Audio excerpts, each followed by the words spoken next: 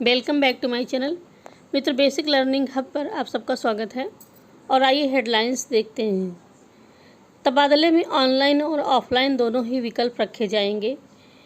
और निपुण भारत मिशन में खेल खिलौनों से पढ़ेंगे बच्चे। अप्रैल में बरस रही आग, हाथरस में पारा 46 के पार और 42 साल का टूट रहा रिकॉर्ड।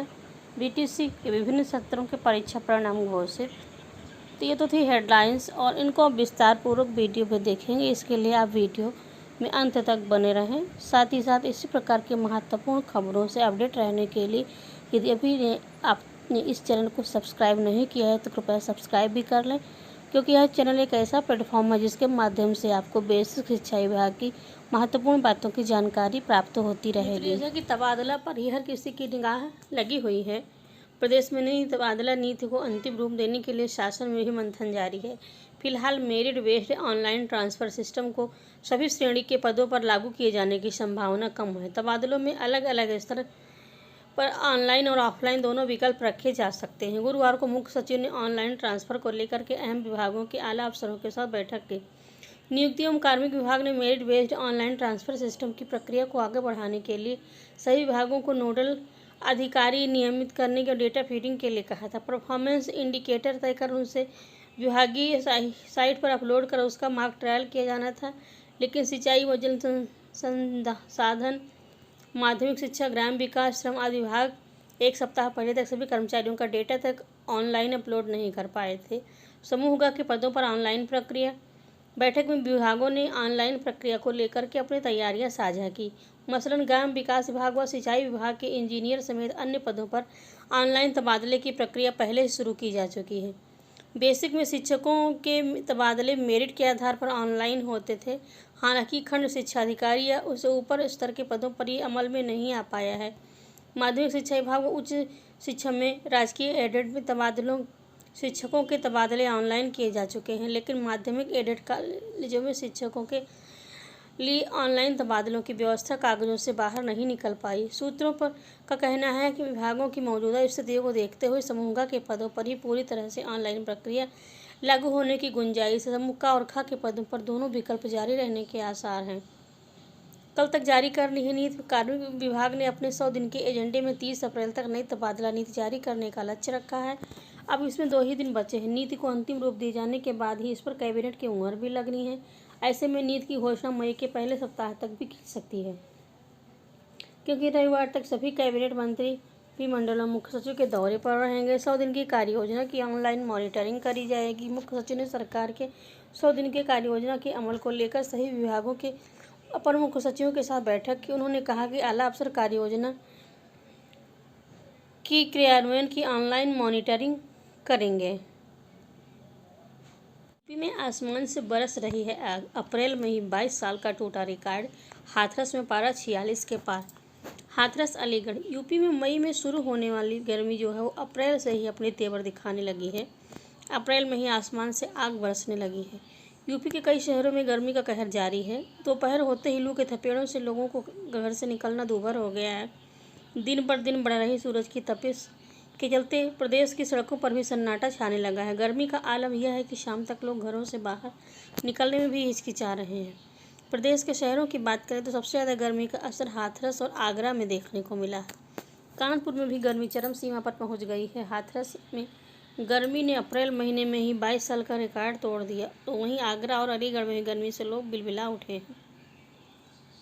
हाथरस में गर्म हवाओं ने बढ़ाई लोगों की परेशानी। सूरज की तपिश अब लोगों के लिए आफत बनती जा रही है। गुरुवार को हाथरस में गर्मी ने 22 साल का रिकॉर्ड तोड़ दिया और यहां पर अधिकतम तापमान 46.5 डिग्री सेल्सियस तक पहुंच गया। वहीं न्यूनतम तापमान 32.6 डिग्री पर रहा। गुरुवार का दिन अप्रैल माह में सन 2000 के बाद से सबसे गर्म दिन साबित हुआ। इससे पहले सन अप्रैल 2000 में 42.5 डिग्री सेल्सियस अधिकतम तापमान दर्ज किया गया। मौसम विभाग के अनुसार आने वाले 3-4 दिन भीषण गर्मी रहेगी। वहीं तापमान 47 डिग्री तक पहुंच सकता है। भूगोलवेत्ता डॉक्टर रजनीश कुमार ने बताया कि इस वर्ष अप्रैल में ही गर्मी ने 22 साल का रिकॉर्ड तोड़ दिया है। जिले में आमतौर पर 24 से 25 जून तक मानसून दस्तक दे देता है, लेकिन रिकॉर्ड तोड़ती गर्मी के चलते मानसून एक्सप्रेस जिले में 1 से 2 सप्ताह देरी से पहुंचेगी। अलीगढ़ में पारा 44 के पार। अलीगढ़ में इस समय भीषण गर्मी पड़ रही है। गुरुवार को अलीगढ़ में अधिकतम तापमान 44.2 डिग्री सेल्सियस से ही पार पहुंच गया है। मौसम विभाग ने अलीगढ़ में इतना तापमान पहुंचना जाहिर किया था, लेकिन 28 अप्रैल को तापमान के 44.2 डिग्री सेल्सियस तक पहुंचने से आमजन बेहाल हो गए हैं। स्थिति ये थी कि सुबह 9 बजे से धूप में खड़ा होना मुश्किल हो रहा था। दोपहर 12 बजे के बाद सड़क पर आग से बरसने लगी। गर्मी के साथ लू भी लोगों को परेशान कर रही है। आमजन गर्मी में घरों से बाहर निकलने पर झुलस रहे हैं। लोग भीषण तपिश और गर्म हवाओं से नहीं बच पा रहे हैं। बढ़ती गर्मी आमजन ही नहीं, बेजुबानों के लिए भी कहर बनकर टूट रही। ये भी गर्मी से बचने के लिए आशियाना की ओर देखते नजर आ रहे हैं। पीने के पानी के लिए पक्षी नहीं, जानवर भी इधर उधर भटक रहे हैं। आने वाले दिनों में गर्मी और बढ़ने की संभावना है। एएमयू के विशेषज्ञ प्रोफेसर अतीक अहमद का कहना है, गर्मी के और बढ़ने की उम्मीद है, जिसके कारण लोगों को और भी अधिक परेशानी का सामना करना पड़ सकता है। प्रयागराज सचिव परीक्षा नियामक प्राधिकारी की ओर से बृहस्पतिवार को डीएलएड और बीटीसी के विभिन्न सत्रों का परिणाम जारी किए गए। इसमें बीटीसी सत्र 2015 परीक्षा वर्ष 2021 चतुर्थ सेमेस्टर स्क्रूटनी, डीएलएड सत्र 2017 परीक्षा वर्ष 2021 स्क्रूटनी चतुर्थ सेमेस्टर, डीएलएड 2018 परीक्षा वर्ष 2021 चतुर्थ सेमेस्टर स्क्रूटनी, डीएलएड 2019 परीक्षा वर्ष 2021 चतुर्थ सेमेस्टर स्क्रूटनी का परिणाम जारी किया गया है।